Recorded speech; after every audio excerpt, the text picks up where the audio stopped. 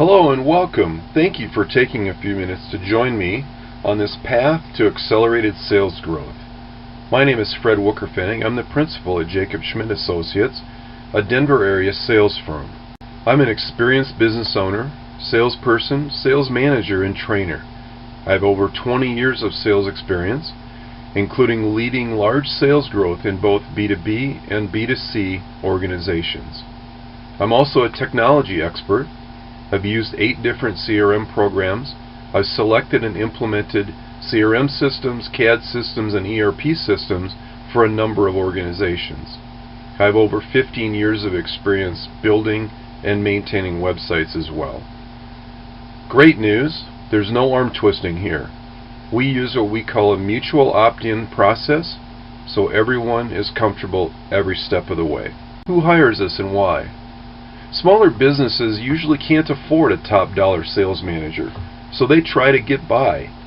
They may have no sales manager at all, or perhaps the owner is trying to manage sales, or maybe they have an underskilled sales manager in that role. In any event, the Small Business Administration says the majority of small businesses are not growing. What we do is provide the required skills and knowledge of the top quality sales leader at a small fraction of the cost of a full-time employee. That allows a company to leverage the expertise of an expert for a very affordable rate. You'll note that we're not the typical sales consultants. We're not going to come in and say, you need to do sales training or you need to install a new CRM system. What we do instead is take a very systematic approach to analyzing and improving the company's sales organization. We start by auditing the current sales process and comparing that to proven best practices which we've developed over the past 15 years. Then we look at generating more, better quality leads. Then we create and implement a proven and repeatable sales process for each of the salespeople to follow. We leverage the right technology for this specific organization. We improve sales management, improve individual salesperson performance, and then we revisit each step with an eye toward continuous improvement. Let's talk about each of these individually for a minute. The most important place to start is by auditing the way the company currently does business. That allows us to create a benchmark of the current sales process and compare that to the proven best practices which we've already identified. Then we can identify gaps and create an action plan to improve the way the company does business. It also allows the business owner to avoid what I call the shiny object syndrome by using a systematic approach rather than being distracted by all the cool whiz-bang stuff that's out there. Most small businesses unfortunately don't know where their best customers come from. And most salespeople prospect in the worst category by trying to steal from their competitors so that even if they are successful, they're not likely to be very profitable customers. Most businesses don't know what a lead truly costs them, and consequently they're spending money in areas that are ineffective. What we want to do is reach prospects via multiple channels, identify the company's best customers, and generate more customers like them. Sales is actually made up of 3 distinct categories with differing needs and skill sets. There's lead generation, lead nurturing, and then lead conversion and closing. It's important to understand that very few people are great at all 3 of those categories. And so one of our recommendations is always to let the sales staff play to their strengths. Those that are great at closing, let's let them focus on converting and closing. Those that are better at generating leads or nurturing leads, let them focus in those areas. And then we want to automate whatever we can. In step 3, we're going to create a proven and repeatable sales process. We're going to identify and document all the best practices for this particular organization. We're going to implement this process so that each of the salespeople knows the right thing to do, the right way to do it, the right time to do it. What we find is that most sales processes are far more complex than people realize.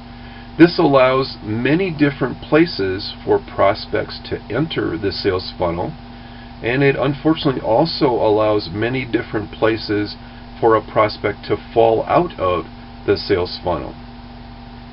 By creating this repeatable sales process, we effectively simplify the overall process for the sales staff because they're able to identify where they are in the process with each prospect and therefore know what their next step is. At this point, we're able to leverage technology. Because we've created and documented this proven and repeatable sales process, we know the functionality that we need from a CRM system or a BPM system. And so accordingly, we can select those candidates that have that functionality.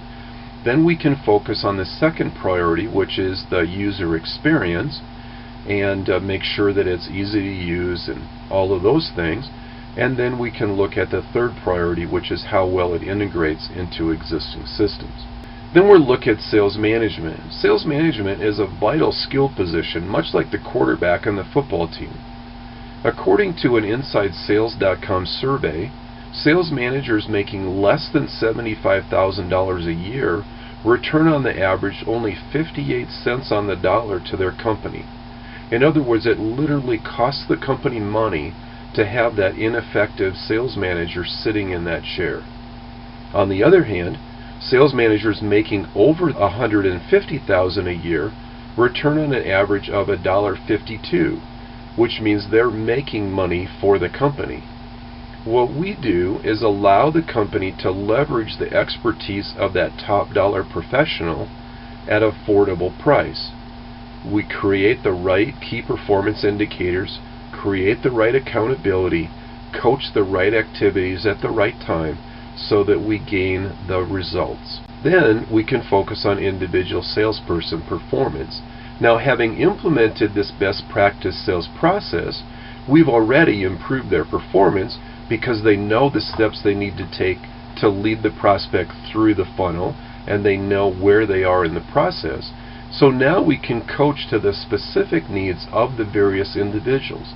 We can manage to the specific performance of those individuals. And we can literally show average salespeople how they can deliver excellent performance. Then we're going to continually refine processes and systems to keep up with changes in the marketplace and changes in technology. The great news is it's affordable. The old 80-20 rule applies here too. By utilizing fractional sales management, the company can pay a small fraction of the top quality sales leader's cost and still gain a tremendous benefit to the company. The company owns the sales process. Onboarding new sales reps is much faster and easier. Average salespeople often improve 20–30% in performance. Our typical engagement only costs the company $3,000 a month, so ROIs of over 500% are common. So how do we move forward? The first step is the sales process audit. We do this as a standalone step. This audit takes about 60 to 90 minutes of the company's president's time, going through a detailed list of questions that allow us to understand how the company does business. Then we'll create a detailed report comparing the company to the proven best practices that we've identified.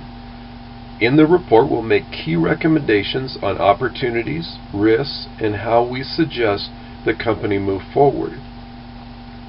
Now, we should value this step at several $1,000s because of the value that it generates or delivers to the company, but we've chosen to price it at only $500 because we do not want price to stand in the way of the company taking this important step. Once the report is generated and delivered and the recommendations have been made, the company chooses how to proceed from here. Now, the company may say, we're going to keep doing things the way that we've always done them, and that's fine. They may also say, these are great ideas, we think we can implement them on our own, and that's fine too. But they may say, and most commonly do say, you know what, there's some great ideas in here, Some of these are things that we've known for some time that we should be doing, but we never seem to get around to them or don't quite know how to make them happen. Would you help us implement them? In that case, we would create an ongoing relationship. Now, we guarantee that we will deliver value to the company. So we put our money where our mouth is, and we make any ongoing relationship that we have a month-to-month relationship. That means at any point, if the company says, we no longer see value in this, the relationship can be terminated that month. We're not going to ask the company to commit to a year or 2 years or some period of time. It's a month-to-month basis. That provides the lowest possible risk to the company, and it provides the most possible motivation to us to deliver value month after month after month. Thanks for spending some time with me. For more information, please visit jacobschmidtassociates.com. Have a wonderful day.